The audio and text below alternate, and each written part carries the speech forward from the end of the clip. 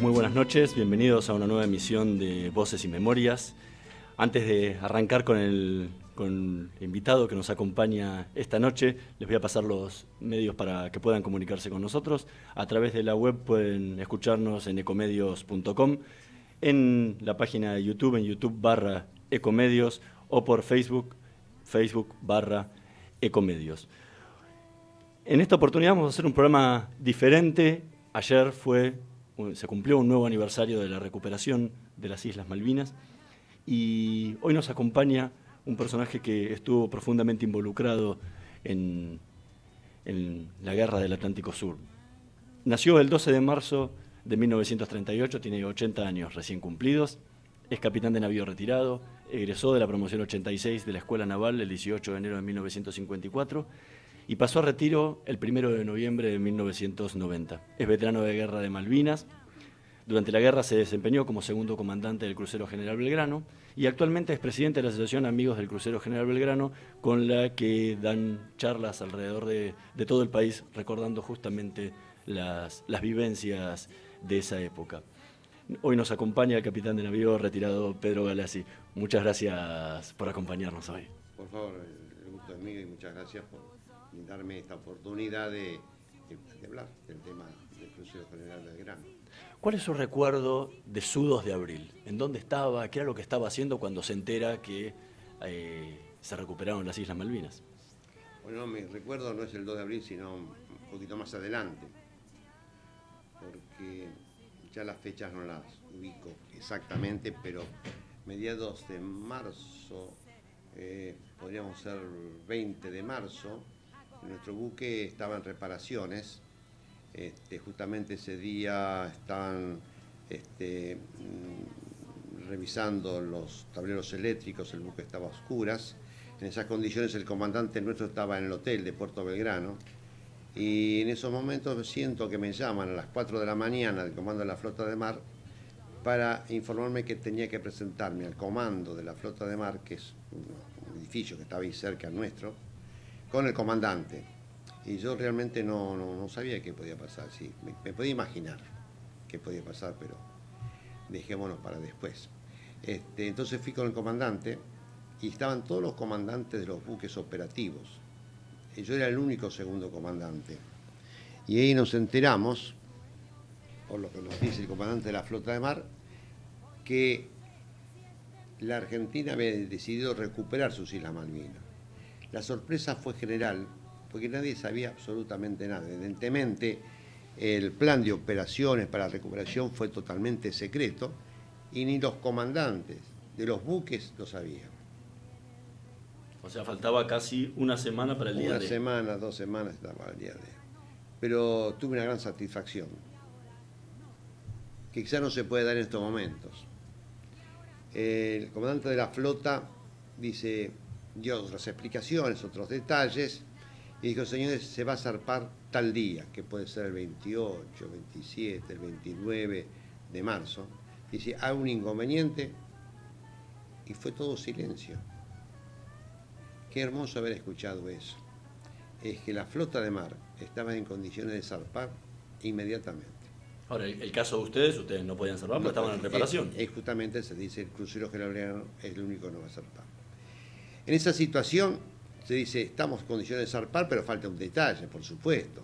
El detalle es el logístico, porque los buques cuando navegan, por ejemplo, durante situación normal, por ejemplo, el año 1917, 2017, todos los años, los buques están en condiciones de alistamiento, digamos, en tiempo de paz. No tienen toda la munición de combate, no tienen toda la gente. Es como si fuera una fábrica que trabaja 8 horas diarias. No es una fábrica que trabaja las 24 horas del día. Entonces, para trabajar las 24 horas del día, para dar la máxima velocidad, para estar en condiciones de tener el amunicionamiento completo, todo eso hace falta el aprovisionamiento logístico. Más personal, más munición, todos los detalles para estar funcionando en las 24 horas del día. En tiempo de paz se navega a velocidad moderada porque no hace falta estar con todos los gastos de combustible, se navega a una velocidad, digamos, el crucero a 14 nudos, no es necesario que navegue a 24 porque consume combustible inmediatamente, así que el costo-beneficio se valoriza. En cambio, en tiempo de guerra, ya el costo-beneficio es una cosa diferente. Cuando salió de esa reunión, ¿qué comentó con sus colegas y puntualmente con el comandante? Fue una sorpresa. Yo no podía comentar mucho porque con el que tenía confianza era con mi comandante. Con los otros comandantes, evidentemente, los conocía, pero no era para estar haciendo comentarios. No recuerdo que vimos con el comandante.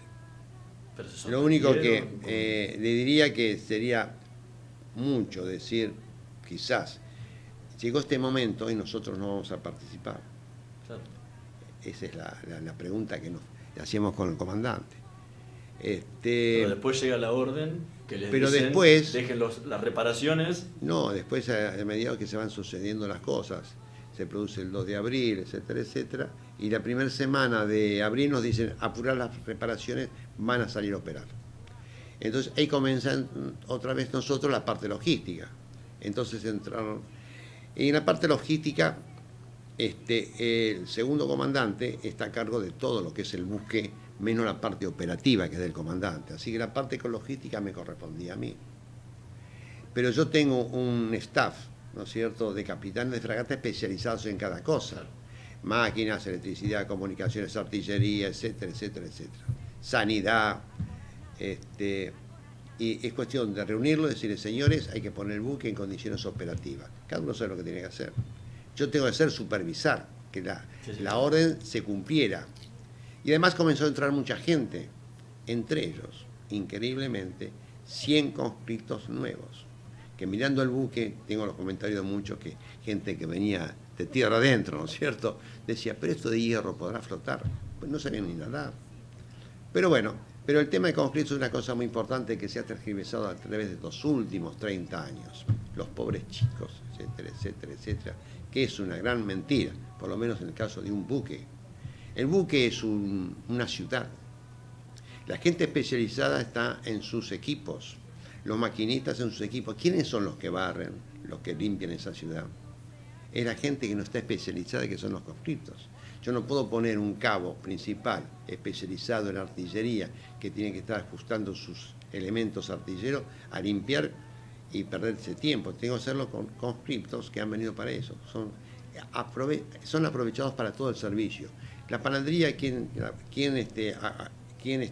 colaboraba en la panadería? Los conscriptos.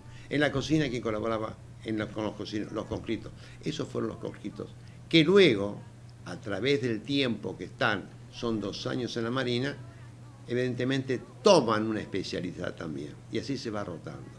Por eso cuando hablan de los pobres conscriptos, no. Fueron fabulosos mis conscriptos, fueron hombres. ¿Y cómo hicieron la preparación con esos conscriptos nuevos en tan poco tiempo que le dijeron tienen que zarpar? Bueno, eso es interesante. Para nosotros fue el factor fundamental de lo que luego pudimos ver, recibir, la respuesta de toda esa gente. Había un tema fundamental. Con el comandante sí empezamos a hablar mucho con el comandante. ¿Cómo sería la preparación? En la Marina existe una preparación que es individual primero, cómo se maneja un equipo, luego se forma el grupo y luego se hace la preparación general. Esta gente no tenía ni idea de lo que era eso. Además, se había formado un nuevo equipo de fútbol. Yo los asimilo con un equipo de fútbol para que la gente me entienda. En este momento, el equipo argentino para el Mundial se está probando a ver quién los van a constituir, los 22 jugadores. Bueno, es lo mismo que si yo pongo gente nueva, evidentemente tengo que primero ver vos qué habilidades tenés, etcétera, etcétera, etcétera. Se forma el grupo del arquero con la defensa y luego se va integrando y se hace la formación general del equipo. Es lo mismo. Entonces empezó, primero, una cosa fundamental fue que nosotros no teníamos esa locura que muchos tuvieron en el tema de Malvinas, en que ya pensaban que se había ganado. No, la preparación no había sido psicológica. Nadie sabía que tenía que combatir. Entonces, esta preparación se hizo lentamente, teniendo en cuenta el factor psicológico del individuo en sí, en masa un poco, no el individuo A, sino el grupo de conscriptos que iban dando vueltas por el buque.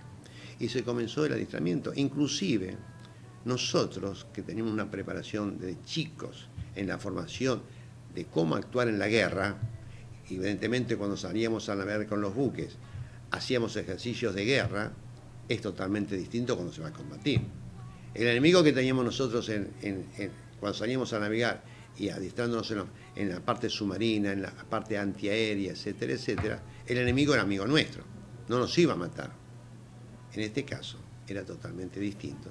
Y no sabíamos cómo podíamos responder nosotros mismos. Así que era una inquietud general que tenía el comando. ¿Qué sintió en el momento que le dijeron, bueno, hay que zarpar, ustedes iban hacia la isla de los Estados, pero siempre está la posibilidad de entrar en combate? ¿Qué sintió en ese momento? Sentí que era un capitán de fragata que se había preparado para esto.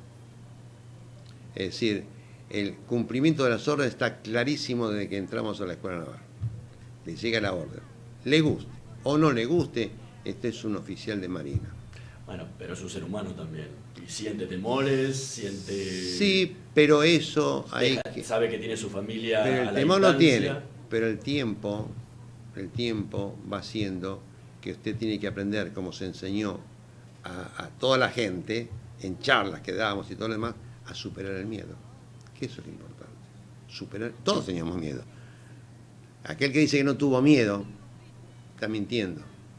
Lo importante es superar el miedo y trabajar con serenidad, porque si no se puede hacer muchas locuras. Sí, no transmitírselo a los de abajo, porque si ven que el comandante o el segundo comandante tiene miedo, o no los se de puede, abajo están en cabo. Y después estar en contacto con esta gente, sobre todo después de definido cómo iba a ser en la capacitación de toda la gente, fue transferido a los oficiales que están a cargo de las divisiones del personal.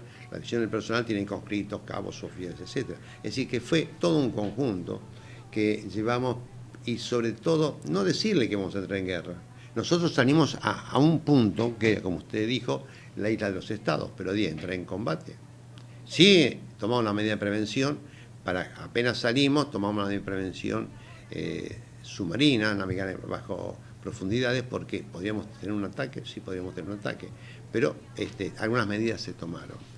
Pero a partir de ahí comenzó un funcionamiento que nosotros llamamos crucero de guerra, en la cual se cumplen guardias de 4x8, y esas guardias de 4x8 tienen gente que está en mantenimiento, en el cual se están reparando cosas, hay gente que está descansando y hay gente que está cumpliendo puestos de combate listos para repeler un ataque, digamos, pero no todos están en puestos de combate. Porque la guerra podemos estar 2 meses, y para estar 2 meses tenemos que estar manteniendo ese ritmo. Cuando se entra en combate se llama combate general, y el que está barriendo deja la escoba y va a cubrir sus puestos. Todos tienen un puesto. Los conscriptos sí tenían un puesto de proveedores de munición, que se requiere, o en máquinas, o en enfermería, estaban repartidos. Y así van asimilando lo que tienen que aprender en su puesto de combate. Estamos conversando con el capitán de navío Pedro Galassi, veterano de Guerra de Malvinas, segundo comandante del crucero General Belgrano. Vamos a escuchar el primer tema, Según pasan los años, y volvemos en unos minutitos.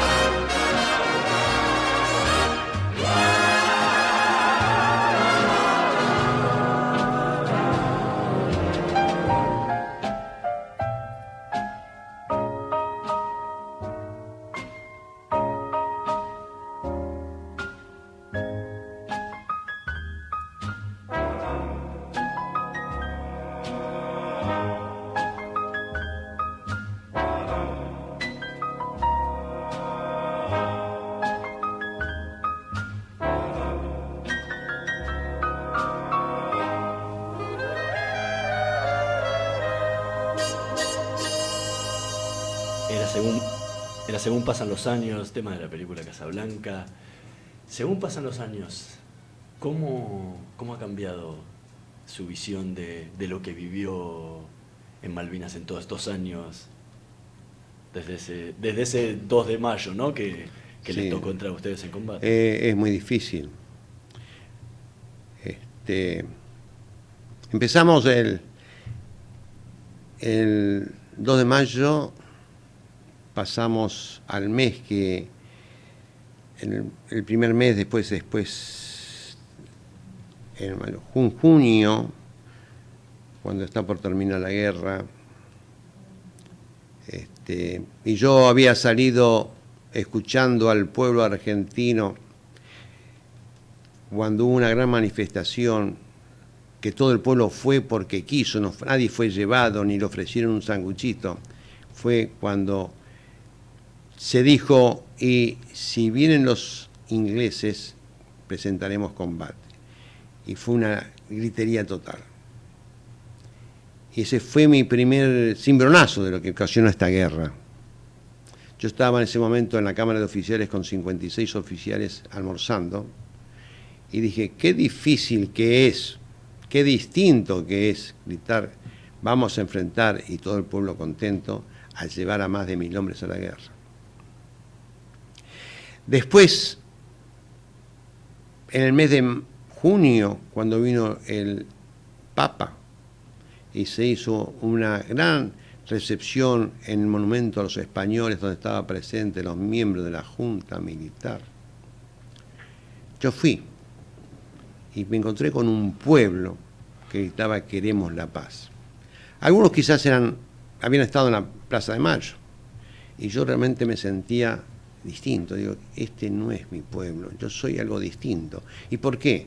Yo ya tenía 323 muertos. Así empezó mi historia de según pasan los años. Había pasado un mes, después pasaron 30 años. ¿Y cómo fue cambiando el sentimiento? Y realmente produce un... No, el otro día me decían, sí, vamos a hacer esto para hacer lo que se merecen los hombres que lucharon en Malvinas. Los hombres que lucharon en Malvinas lucharon porque eran hombres de las Fuerzas Armadas y tenían que luchar. No merecen el reconocimiento, sí los conflictos posiblemente, pero los hombres de las Fuerzas Armadas, ningún reconocimiento. Son hombres de las Fuerzas Armadas que su misión es salvar a la patria. En todo esto que hubo, esta elocuencia de la acción de los hombres de las Fuerzas Armadas, los aviones, los hombres que lucharon en tierra, no se reconoció nunca nada. Pero no para beneficio de los hombres, sino para el beneficio de la patria. Era un momento de reconocer cómo se combatió el patriotismo de esos hombres que no les importó absolutamente nada. Ni la familia, llegado ese momento, no se piensa ni en la familia. El aviador que está luchando con su avión en solitario y le pasan los misiles por enfrente, no puede pensar en la familia, piensa en la misión que está haciendo y la mejor que puede ser la misión. Se perdió ese factor de patriotismo para que el entusiasmo del pueblo se contagiara, que hubiera patriotismo. Hoy, algunos dicen que no es necesario el patriotismo. Otros dicen que no. ¿Qué es patriotismo? Bueno, todo eso es una gran desilusión. Sí se aprovechó para destruir las Fuerzas Armadas. Y eso, según pasan los años, que es muy complicado cuando uno piensa que tanta gente murió y no se ha reconocido nada. El único que reconoció realmente cómo se combatió fueron los ingleses, increíblemente. Por eso, según pasan los años, es un factor que, mi punto de vista, a mí me choca un poquito cuando tenemos que hablar. Porque tenemos el deber de enseñar a la gente cómo se luchó, cómo lucharon nuestros hombres, que fueron patriotas, y que hay que invitar eso. ¿Cómo lo podemos imitar? ¿Cómo podemos hacer para sentir patriotismo? Y que ellos lucharon en la guerra. Nosotros tenemos posibilidad de luchar en muchísimas formas, el pueblo argentino, pero para eso se requiere patriotismo, no se quiere personalismo, se quiere pensar en la patria. Hoy lo vemos todos los días en los diarios, se pensó en la patria. Eso es según pasan los años para mí. Volviendo al momento en el que llegan a la isla de los Estados y les llega esa orden de, bueno, hay que entrar en combate. Bueno, tenían la misión. Sí, la misión en realidad no es entrar en combate, porque a usted el comando de la flota total, la flota, digamos, de la Marina estaba embarcado en el portaaviones, estaba a la altura de Comodoro Rivadavia, por ahí nosotros estábamos más en el sur. Las comunicaciones son estrictas y severas, y cuando llega una orden, no puede decir, escúcheme, ¿cómo va a ser esta orden? No. Les llegó la orden de poner rumbo al este y enfrentar. Si lo encuentran o no lo encuentran. Y por eso entonces, ahí recién ahí, a la dotación se les dijo que íbamos a entrar en combate. Pero se habían preparado tan bien, y con tanta fe, con un espíritu de buque increíble, que un día, días anteriores, yo en cubierta a la mañana salí y había un muchacho tomando, en vez de quedarse en lugar de que le corresponde el comedor de ellos, estaba por cubierta tomando mate, su jarrito, su pan, tomando mate. Y le pregunté, la isla de los Estados está siempre nublada, siempre está cubierta por nubes. Le pregunté, ¿qué es eso que está ahí? Y él no sabía bien qué era, pero él me dijo, es una isla que tenemos que defender de los ingleses. Ahí me di cuenta que ya el espíritu del buque, sin haberle dicho que posiblemente combatiremos, la cantidad de ejercicios que habíamos hecho, etcétera, ya habían concientizado al hombre que se tenía que preparar para combatir, pero no se le había dicho. ¿Cuándo se les dice? Ese 1 de mayo, a la nochecita, cuando el comandante reúne, y eso es lo mismo que ocurrió cuando los comandantes en Puerto Belgrano se dijo que íbamos a recuperar las Malvinas.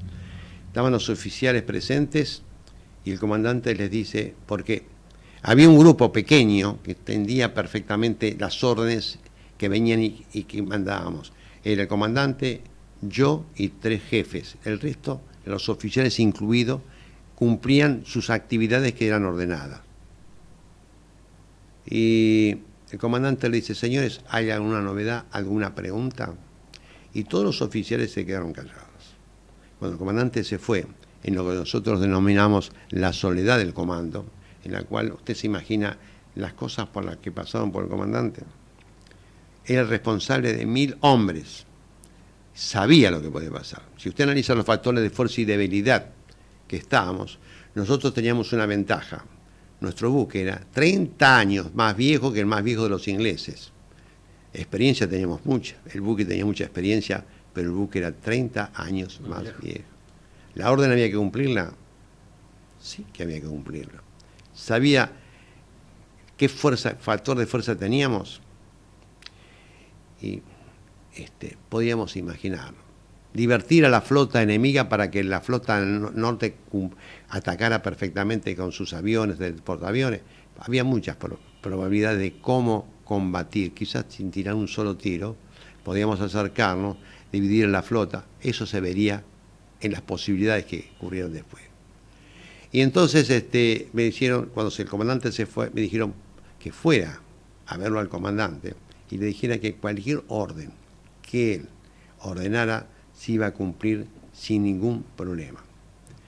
Y así fue como no se hizo arengas, ni mucho menos, la gente estaba preparada. Mandé a los jefes que se reunían con su personal y a los oficiales para que le comunicaran que posiblemente entráramos en combate, que se fueran a descansar, cenaran, se fueran a descansar, porque aproximadamente a las 5 de la mañana íbamos a tocar combate con anticipación y previniendo y que estén todos más o menos en condiciones. Y así fue como nos largamos, buscando al enemigo, con 2 destructores que nos acompañaban. Hicimos el combustible para tener la máxima autonomía a los 2 buques, al crucero, y al petrolero lo dejamos cerca de la isla de los Estados. Y así navegamos a máxima velocidad que podía dar el crucero. No máxima, dimos 18 nudos.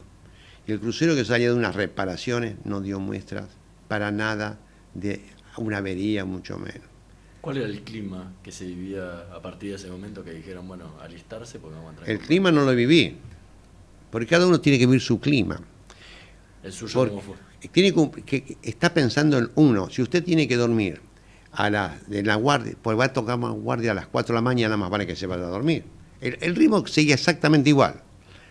Unos estaban despiertos, haciendo preparación logística, otros estaban descansando y otros estaban en su puesto de combate reducido. En vez de estar las 5 torres cubiertas, habrá una sola torre. A la gente no se la puede agotar. Hay que medirla, hay que regularla. Yo fui a dormir, porque lo mejor es estar en condiciones no podía estar recorriendo el buque, no, cada cual, y además hay suboficiales que están para eso. Y bueno, a las 6 de la mañana se tocó combate.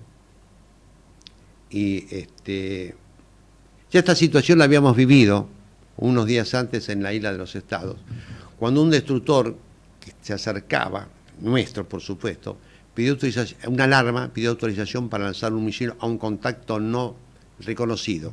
Ahí se tocó combate. Nunca. El segundo comandante es el que recibe el listo de todas las estaciones para ver si lo han cubierto. Nunca, en todos los ejercicios que hemos hecho, dieron el listo tan pronto como esa vez. Reaccionaron así. Y bueno, y cuando yo toqué combate a las 6 de la mañana, todo el mundo cubrió, dieron el listo y quedó así. Y sí, entonces pudimos ver la situación de los hombres, porque nos turnamos con el comandante, pasar por las piezas de artillería que estaban sobre cubierta, a ver cómo estaba la gente. Y ahí nos sorprendió, porque era una situación de un ida y vuelta, porque más que nosotros de dar entusiasmo a la gente y ver cómo están, dar ánimo, ellos nos daban ánimo a nosotros. Era increíble el comportamiento de la gente. Seguimos así hasta que, acercándonos al este, a la zona de Malvinas, hasta que a las 8 de la mañana, al no haber podido efectuar el ataque, la flota por un impedimento de meteorología, porque no hubo viento para decolar los aviones, nos ordenaron retrotraernos. Y dirigirnos a un sector cerca de Malvinas, cerca de la isla de los Estados, en la cual teníamos que estar esperando. Ahí se descomprime, porque no podía tener, después los ejercicios que habíamos hecho, que habían ido avanzando mucho, después de este impacto que tuvieron y el pensamiento que de la cabeza le habrá trabajado muchísimo, como me trabajó a mí, al comandante más, dijimos cubrir entonces crucero de guerra. Volvieron algunos a descansar, otros había que hacer comida, porque había que comer, los enfermeros tenían que ver quién estaba enfermo, los maquinistas tenían que ajustar algo, qué sé yo.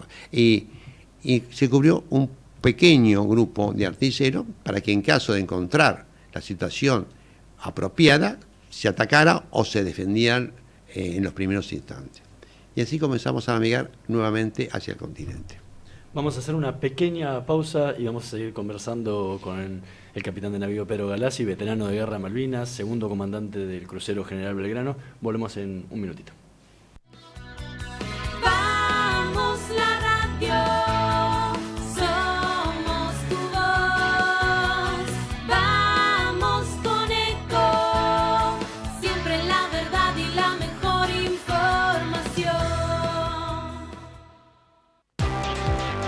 pero qué tarde, ¿qué se me hizo? Me tengo que apurar porque si no, no llego.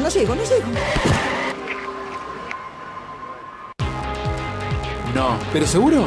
¿Qué problema? Bueno, vamos a encontrar una solución. Bancame ahí que en 2 minutos estoy con vos.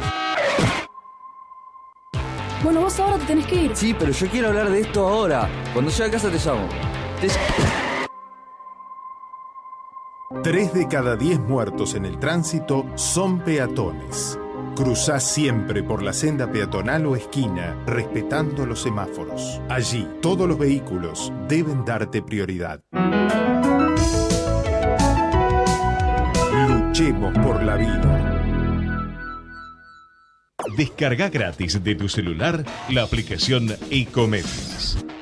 Podés escucharnos en vivo, informarte con las últimas noticias y entrevistas en audio y video. Búscala y bajate la aplicación Ecomedios.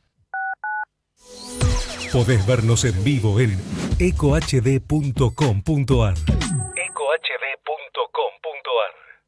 Conectate con nosotros. Twitter @Ecomedios1220. Voces y memoria. 1 hora con los protagonistas de la política, la cultura, el espectáculo, la música y el deporte para pensar desde una óptica diferente.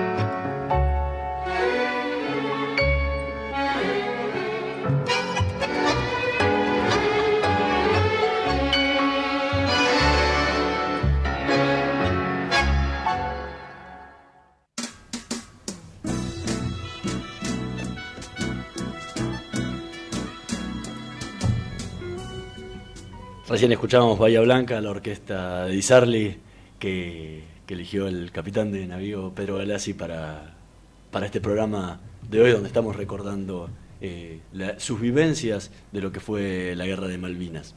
Recién, antes de la pausa, estábamos conversando sobre la desmovilización, ¿no?, de esa orden de de entrar en combate, el retorno que estaban haciendo hacia la zona de la isla de los Estados donde les habían ordenado.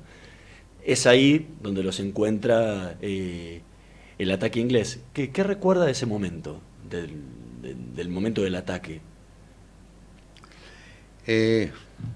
Mi señora me dice, nunca digas esto, porque yo estaba durmiendo la siesta, porque a las 4 de la tarde tenía que ir a relevar al comandante. Pero, como yo dije anteriormente, hay que cuidar mucho el físico y todo, para estar en condiciones. Nadie puede estar despierto 24 horas. Exactamente. Entonces, ¿qué hice? Como hicieron todos, como habían aprendido todos. Me levanté, me abrigué y fui a mi puesto de comando, que era mi puesto para el segundo comandante, es que se carga de todo lo que es ese tema. El comandante es la parte de operaciones, pero yo tengo que manejar a la gente para primero trabajar con las estaciones de control de avería, si se puede mantener a flote el buque, y si no se mantiene a flote el buque, hay que abandonar el buque, y eso es una misión del segundo comandante. En ese momento, usted me hizo una pregunta anteriormente, la familia, etc. No se piensa absolutamente en nada. Ahora le hablo en forma personal y creo que ha sido en todo. No se puede pensar en la familia. Se tiene que pensar en lo que tiene que hacer como corresponde. Y eso son segundos. Si uno llega a fallar un segundo y cierra un poquito los ojos, no sé lo que ocurre. Porque uno de ese momento, y no porque sea el segundo comandante, la gente tiene que mirar hacia arriba y ver que está el comando hablando y dándoles órdenes y viviendo con ellos. Y eso creo que fue el factor del éxito. ¿Y qué sintió en el momento en que se enteró de lo que pasaba? Porque en el primer momento, me imagino, estaba durmiendo, no sabía. Bueno, en el primer momento, sí, lo que pasaba así, porque un buque cuando es tocado así, se inclina inmediatamente. La cantidad de toneladas de agua que entran es impresionante. Cuando explota el segundo torpedo, si fue inmediato el primero, sobre la proa del buque, el buque queda sin proa, y para mí era la misma sensación cuando yo fui comandante del buque de San Marcos San Antonio, el que fue con la tropa a Malvinas. Y cuando yo varaba en las playas, ese silencio era como si el buque hubiera entrado en una playa.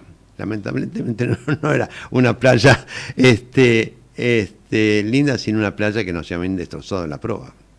No había luz, no había comunicaciones. Entonces yo la primera parte con la gente de contraloría que está en el interior del buque era a través de voces que se... Pero me di cuenta enseguida que el buque no tenía salvación, el buque se seguía inclinando, escolando totalmente. Veía a la gente que sacaba heridos.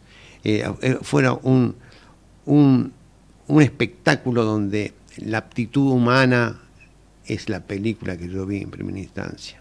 Increíble el factor humano. Por eso cuando yo hablo del factor humano de los hombres del crucero. No hablo de la guerra, hablo del factor humano. Y llegó un momento en que la única orden que di realmente fue tirar unos tambores de combustible para el helicóptero que teníamos, que lo tiraran al agua por las dudas que se declarara un incendio, pero fue una maniobra, que no tenía mucho sentido, pero bueno, fue lo que tenía que dar orden, porque después todo el mundo hacía lo que tenía que hacer. El que no tenía nada que hacer iba a su puesto de abandono, porque no se había tocado abandono, pero la gente sabía que tenía que ir a las balsas, aquel que no tenía que ninguna actividad. A la balsa, al lugar donde estaban las balsas. Nadie tiene una balsa porque no se había tocado abandonar el buque.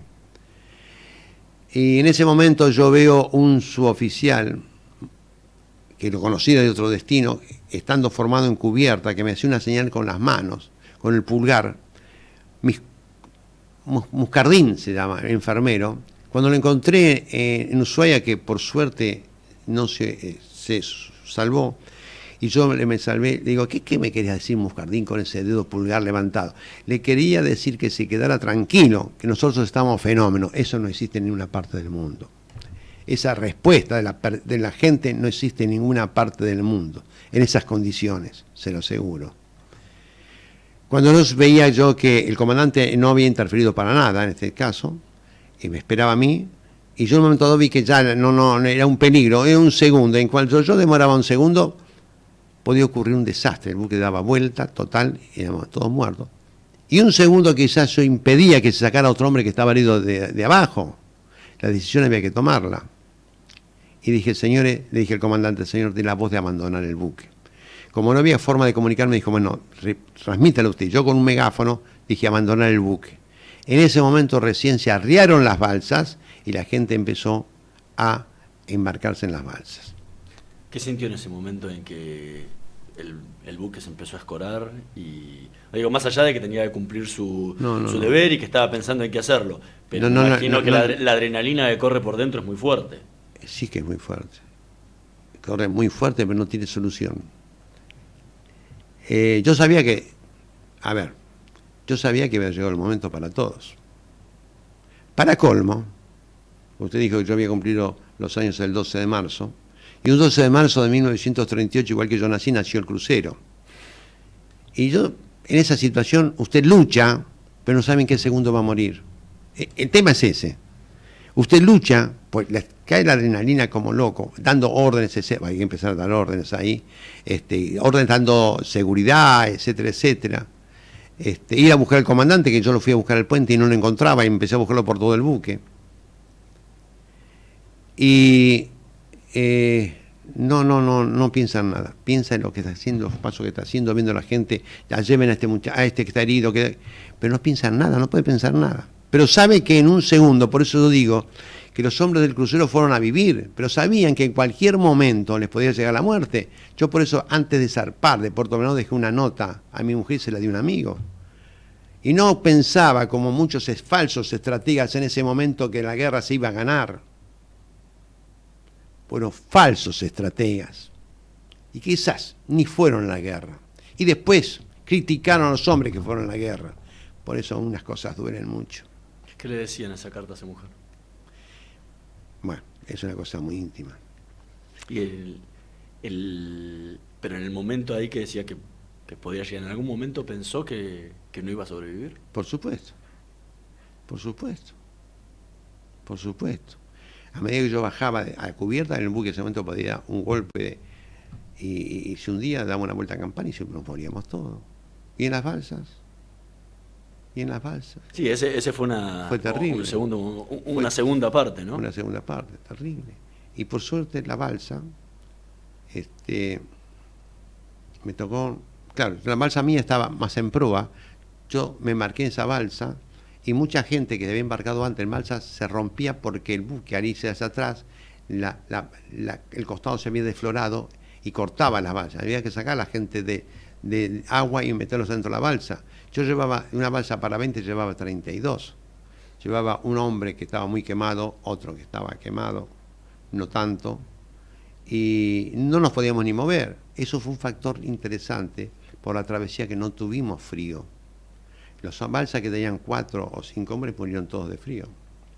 Es decir, fue una situación que nunca la habíamos vivido. ¿Que la platicamos? Sí, la balsa en Puerto Belgrano, tirarse la balsa, cómo se tira, pero vivir en un mar totalmente hostil, con olas de más de 8 o 9 metros que se hundían las balsas, con un viento que uno no podía sacar ni la cabeza de la balsa. No, fue patético eso, pero subsistimos, gracias a Dios. Es decir, en ese momento, como yo digo, ¿por qué tantos? No sabíamos cuántos habían muerto, después supimos.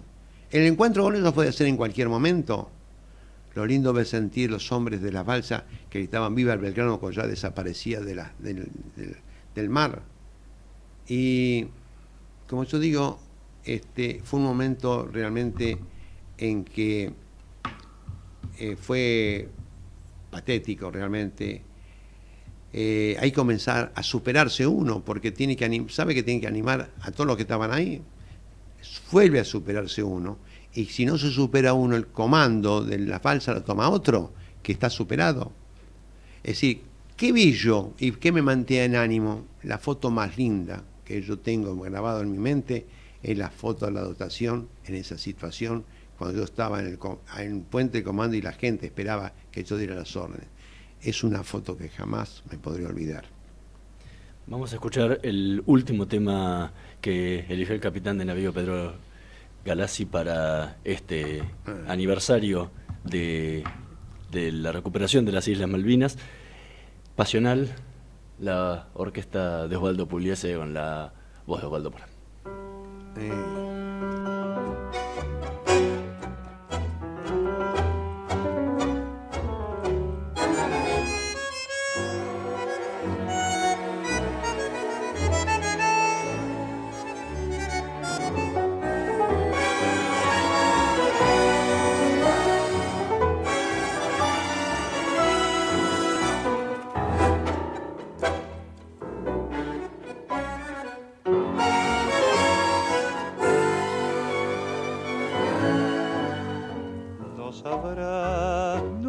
nunca sabrás lo que es morir 1000 veces de ansiedad.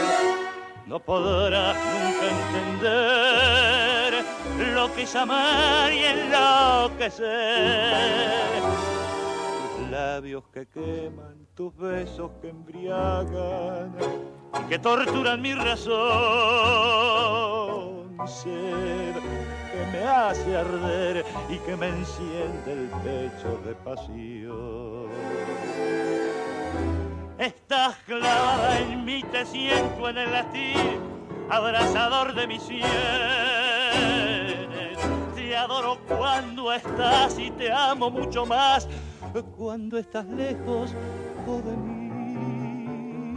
Así te quiero, dulce vida de mi vida. Así te siento solo mía, siempre mía. Tengo miedo de perderte, de pensar que no he de verte.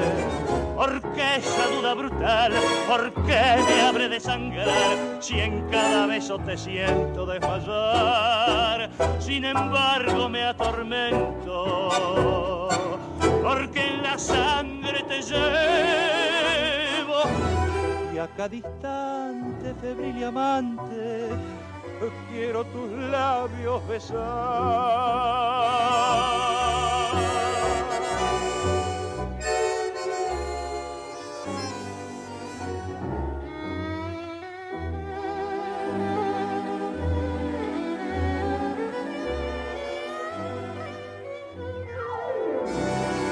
Tus manos desatan caricias que me atan a tus encantos de mujer. Sé que nunca más podré arrancar del pecho este querer. Te quiero siempre así, estás clavada en mí como un puñal en las carnes, y ardiente y pasional, temblando de ansiedad, o quiero en tus brazos morir. Era la voz de Osvaldo Morán en el clásico pasional de la orquesta de Osvaldo Pugliese. Recién estábamos hablando de, el momento del hundimiento del crucero General Belgrano. ¿Qué sintió en el momento que lo vio hundirse? ¿Estaba en la balsa? ¿Estaban en la balsa? ¿Se habían salvado? Ya... es difícil describir eso, es difícil describir. En ese momento sí creo que a todo le pasó algo. No teníamos bronca que nos había hundido. Es decir, era una situación de guerra que nos tocó a nosotros. Y te hubiera pasado a otros si nosotros lo atacábamos. Es la situación de guerra. Nos tocó a nosotros. Por eso yo digo, cuando hablo de mis hombres, de los 320, te digo, ¿por qué a ellos y no a nosotros? ¿Por qué ellos murieron a nosotros? Porque en un buque es un punto donde hay 1000 hombres. Y bueno, hay que tener fe y decir, esta es la providencia divina que elige a unos y a otros. Nuestra hora y nuestros minutos están marcados. Nos tocó a nosotros vivir, y por eso es el empeño de, a través de la Asociación del Crucero General Belgrano, de hablar de este tema. Tenemos que el deber de que los hombres nuestros no se olviden. Tal es así que en los monumentos que ponemos, antes se ponía un pergamino. Nosotros hicimos un libro, lo hizo nuestro comandante, que escribió muchísimo después de la guerra, 323 hombres, que está dónde nacieron, cómo se llaman, y además la foto y una pequeña historia que lo que hicieron de ellos. Que en este momento, los monumentos que vamos a inaugurar este año, he dicho que hagan el foso ese donde iba ese pergamino un poquito más grande, para colocar no solamente el nombre de ellos, sino la foto también. Eso realmente vamos trabajando permanentemente para que no se olviden estos hombres. Que el día de mañana, si a alguien se le ocurra abrir eso, y se dé cuenta quiénes son los que lucharon y quiénes son esos muchachos. Y no nos ocurra como San Martín, que lo único que sabemos de San Martín, Sargento Cabral, o de Belgrano. Ahora yo tengo que ir a inaugurar un momento en Tucumán, y evidentemente Belgrano, sí, en la batalla de Tucumán, por eso lleva el nombre. Pero ¿quién luchó con Belgrano? No se sabe. nosotros dejemos, que queremos dejar registrado, así nosotros desaparezcamos, pero hasta el último momento que esté un hombre del crucero tiene que luchar para que el hombre de nuestros héroes y de nuestro buque no se pierda. Pero más allá de la sensación de no bronca porque los habían hundido, podría decirse, era su barco. Sí, era el barco. Pero, ¿sabe lo que pasa? ¿Qué le pasa por la cabeza cuando lo ve el desaparecer? barco se iba orgulloso. Se iba orgulloso. Porque tenía el lema, dice a pique antes que arriba el pabellón. Y se fue a pique y no arrió el pabellón. Y hoy todavía bien, lo debe tener izado. Hecho pelota, pero lo debe tener izado. Alegre, de donde tienen las tumbas los únicos buques de guerra que se sienten así. No hay un buque de guerra que esté hundido como está el crucero General Belgrano. Es un orgullo para él, estoy totalmente seguro. Por eso, cuando fuimos con National Geography a ver si lo encontraban, este buque orgulloso no se mostró. Y así lo quería ver yo. Mi mente tiene que ver el buque navegando con el pabellón en alto y no destrozado. Es un orgullo para el buque y es un orgullo para nosotros. Usted participó de esa misión de National Geographic. Sí, lo participé. ¿Qué sintió en ese momento cuando iba a esa misma zona que había dejado con tanto dolor en ese momento? No. Algunos querrán que yo tengo una barra de hielo en el corazón. Pero era volver a un lugar donde normalmente la gente no vuelve. Era la única vez hasta el momento que alguien llegó ahí y rindió un homenaje. Yo me he hecho preparar. Y además fue un fenómeno. Yo cuando pienso que en la última guerra murió tanta gente luchando, sobre todo ingleses y alemanes en sus luchas antisubmarinas, etcétera, etcétera. Y luego viven como hermanos. Y yo digo, nosotros no podemos vivir como hermanos. Es terrible el tema ese. No podemos zanjar todo esto. Y yo le digo que si sentí una suerte de poder ir a rendir homenaje, hice una oración. En ese buque venían 2 hombres del Conqueror que nos habían hundido. Ellos tenían el mismo sentimiento nuestro. Y ¿sabe una cosa? El 12 de marzo de ese 2010, creo que fue, el mar se calmó, porque el mar que tuvimos fue terrible fue. A pesar de eso se pudo trabajar con los sonares y ese buque, que era un buque muy especial para navegar con mar tiempo, cumplió su etapa de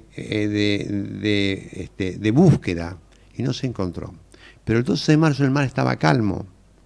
La gente familiares que habían ido con otros buques estaban en los estados esperando que diéramos nosotros la orden de te lo encontramos para rendir homenaje. Y yo dije, señores, 12 de marzo, mar calmo, es el día que cumple años el crucero y cumpleaños yo. Hagamos el homenaje. Y lanzamos, estaba al capitán de navío Castro Madero, que en su momento fue teniente de corbeta en el 82, y lanzamos habíamos preparado un cofre, una botella especial, que por supuesto la lanzamos al mar con esa oración, y había quedado destrozada a los 1000 metros de profundidad, o 300 metros de profundidad, y los ingleses lanzaron al mar una corona de laureles. Y ¿sabe una cosa? Lloramos todos. Los ingleses, nosotros, el comandante del buque y la tripulación en que estaba en ese momento. ¿Qué sentimos? Llorar. Todos. El momento que se hunde el buque y ustedes empiezan a ir a la deriva, porque sí, quedaron ahí en el medio, como contaba antes, de olas de 8 o 9 metros de altura. Fue terrible. ¿Cómo fue ese momento, todo ese periodo que les tocó vivir hasta que los rescatan? Bueno, que les tocó vivir ya es un plural. Que les tocó vivir. No, ¿por qué? Porque yo no puedo decir qué pasó en otra balsa. Seguro. Cada balsa tuvo su historia. El crucero se dividió en varios cruceritos, 80 cruceritos, cada uno vivió su historia. Hay algunas historias que me la cuentan y digo, no puede ser, son mentiras. Por eso se ha escrito un librito que dice Hasta la última balsa, y otro libro que lo escribió el doctor de a bordo, no recuerdo este nombre, yo lo ayudé un poco en la escritura, que él cuenta una historia que únicamente, porque yo lo conozco a este hombre y sé sus valores, sé que es verdad, pero yo no hubiera podido resistir lo que resistieron ellos. Y en el caso suyo, ¿cómo fue esa supervivencia? No, el caso mío fue así. El caso mío fue que yo tuve la suerte de ponerme a cargo de los hombres, pues quizás la fuerza de ser el segundo comandante. Si me sacan, me olvido que soy el segundo comandante, me entrego como algunos se entregaron a dormir, pero lo fundamental en esos momentos es empezar a decir cualquier cosa. Primero contar cuántos son, quiénes son, dónde nacieron, la familia, dónde están, qué no están, quiénes saben un cuento, tener la gente permanentemente activa. Por eso venía un bandazo de agua, nos hundía todo, ahí creíamos que todo había llegado al fin. Yo le voy a decir, en inconsciencia, tenía un cabo, le digo, che, ¿tenés una navaja marinera? Porque yo si nos hundimos quiero abrir la malla. Es una cosa de loco, lo que dije es una locura total. Pero lo digo porque lo pensé, porque muchas veces el cerebro empieza a pensar cosas raras. Y la gente se comportó muy bien, respondieron a todo.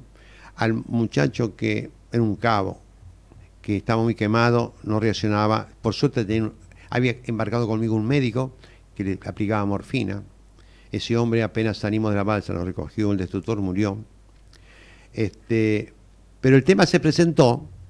Había ya una sumisión de que, bueno, que nos vengan a buscar, porque hay quien no puede venir a buscar. Alguien, si no seguimos hasta la Antártida nosotros, y nos morimos todos de frío.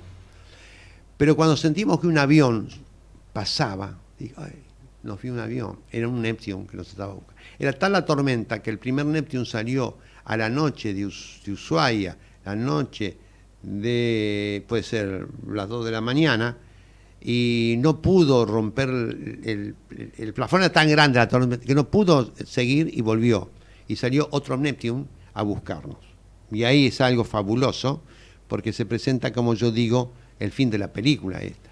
Porque el Neptune sale con lo que se llama lotería, que es combustible de más para volver, si la base está cerrada, volver, por ejemplo, a la base de Puerto Deseado. Y el combustible se terminó ese, y el comandante le decía, ¿qué hacemos? ¿Seguimos o no seguimos? Y la dotación, con son 5 o 6 personas, decía, seguimos, porque no nos habían encontrado. Y finalmente, hay una situación muy, muy extraña, pero que se vivió.